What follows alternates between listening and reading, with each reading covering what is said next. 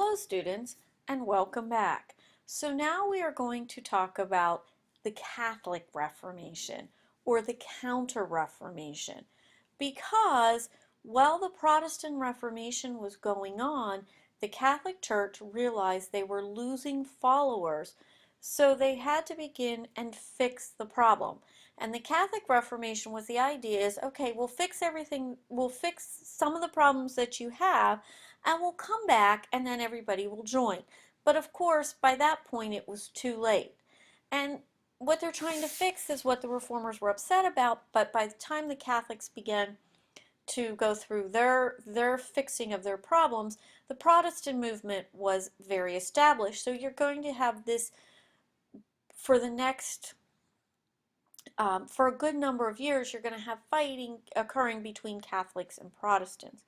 So, the Catholic Reformation.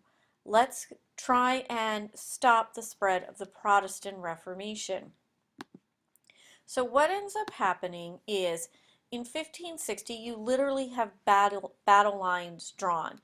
Northern Europe is going to go mainly Protestant. Southern Europe is going to stay Catholic. And I know if you enlarge this map, you'll see England will be Anglican from the Anglican Church created by Henry VIII and Elizabeth.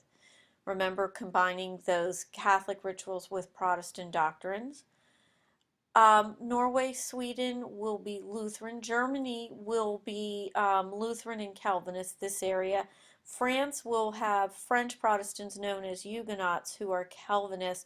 Scotland will be mostly following a Calvinist tradition. Remember, when you talk about the United States, the Americans, those Puritans and Pilgrims that come are coming also from the Calvinist tradition. But the Catholic Church wants to stop this from spreading. Plus, you have those the New World in North and South America, and you want that to be Catholic also. So you want to stop this from spreading so that you can keep your Catholic territory, and that's the purpose of the Catholic Reformation. Now, a couple things to remember. Protestants.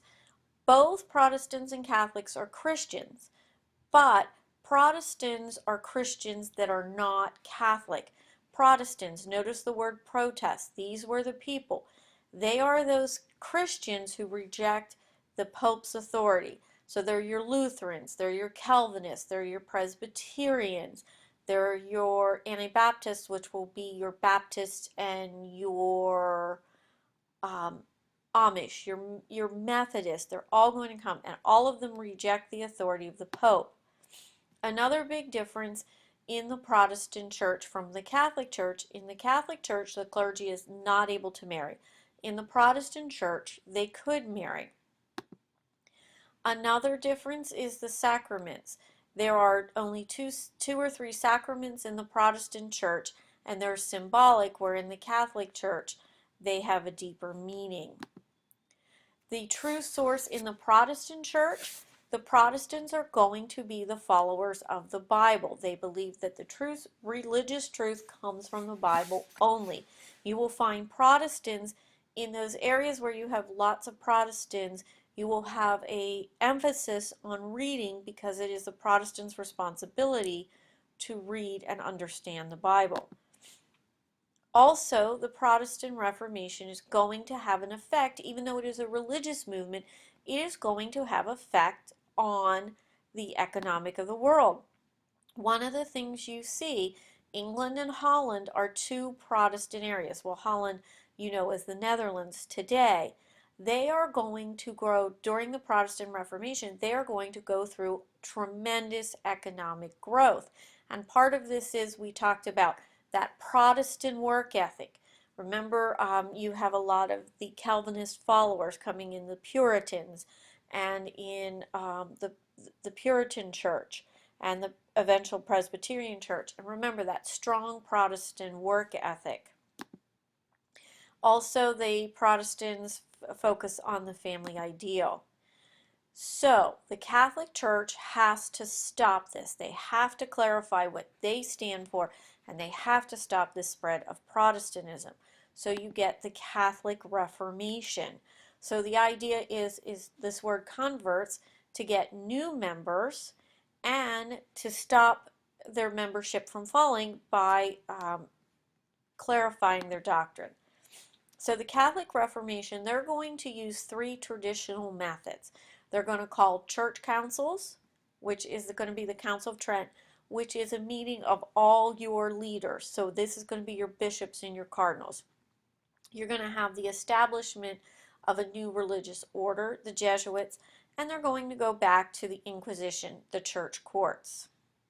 So 1545 is the first meeting of the Council of Trent. The Council of Trent will meet 1545 to 1547. It will meet again in 1551 to 1552, and it will meet again 1562 to 1563. And as you can see, you have the leadership of the church. It's going to be all your church leaders, your bishops, your archbishops, and your cardinals. They're going to establish the Catholic doctrine, and this doctrine is going to stay until 1960. So they're going to clarify, what does it mean to be Catholic? First of all, it re-emphasizes papal power. In the Catholic Church, if the Pope says it, it is supreme. That is what Catholics must follow. Also, in the Protestant Church, in the Calvinist Church, you had predestination. Doesn't matter what you do, God has determined you are going to heaven or hell. He knows that when you're born. Luther, justification by faith. If I believe in God, I will go to heaven. For Catholics, the church says you have to have salvation. To obtain salvation, you have to believe in God and you have to have good works. So Catholics, that is going to be a clarification made by the Council of Trent.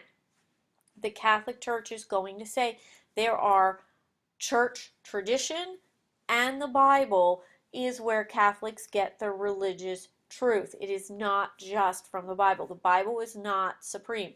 The Bible is important, but it is equal to other church documents and other church tradition. There's a rededication, a seriousness, reaffirming faith brought. They're cleaning up all the corruption of the church. They're getting rid of the payment for indulgences. You actually have to do an act of faith for an indulgence now. They're forcing priests to become educated, to follow the rules. The church is going to be very clear, though. The church interprets the Bible, and they are going to keep the Mass in Latin, like I said, under the Council of Trent. You're also going to, the popes are going to support the reforms, but they're going to maintain their power. One of the things that you have is, one of the things that's going to come out of the Catholic Reformation and the Protestant Reformation is this conflict between Catholics and Protestants, and you see it in this slide. And one of the things that's going to be able to have the 30 Years' War, have Philip attack finance the Spanish Armada to attack Elizabeth, is the discovery of gold and silver in the New World. Another method in the Catholic Reformation were the new religious orders. The Jesuits are going to be this, and they are going to be in a very important religious order. They're going to be a male religious order, and most important, they're going to be the missionary and educators of the church. They're going to be the ones that are on the Spanish ships with Columbus. They are going to be one of the most famous Catholic orders, and they're going to come to dominate some world events. So they're the militant arm of the church. They're going to advise kings. They're going to build these schools that are going to be sought after by the wealthy. And in fact, it's an elite education, and in fact, we still have Jesuit schools in the world today.